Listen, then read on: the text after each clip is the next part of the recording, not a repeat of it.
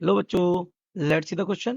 Coefficient of mutual inductance of two coils is numerically dash linked with the one coil when dash flows through dash.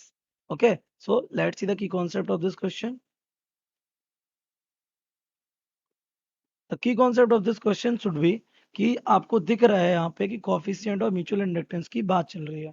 Okay, और coefficient और mutual induction भी किसमें numerically equal कर रहा है, किसके linkage, यानी लिंक क्या होता है, फ्लक्स. फ्लक्स से रिलेटेड म्यूचुअल इंडक्शन, तो आपको पता है क्या, the magnetic flux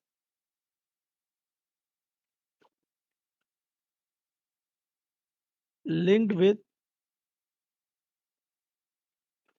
second coil is directly proportional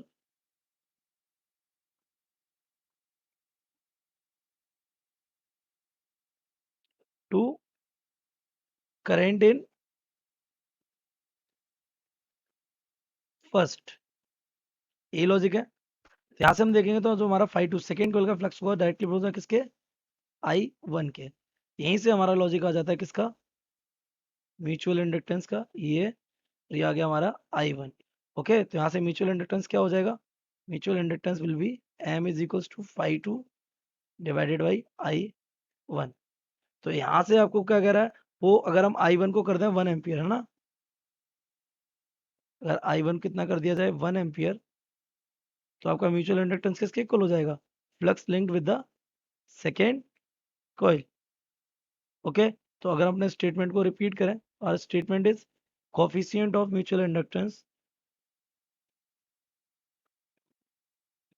mutual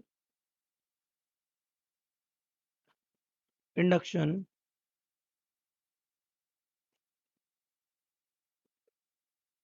of two coil is, है ना,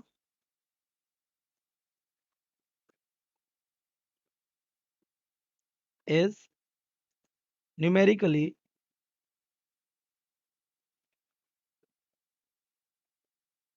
न्यूमेरिकली किसके इक्वल है, numerically equal to the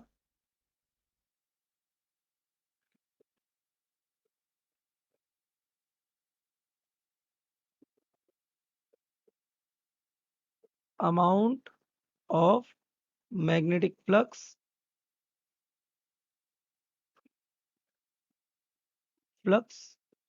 linked with the one coil when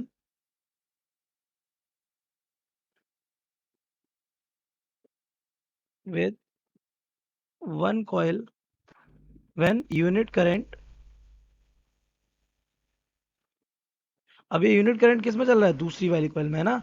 unit current flows through,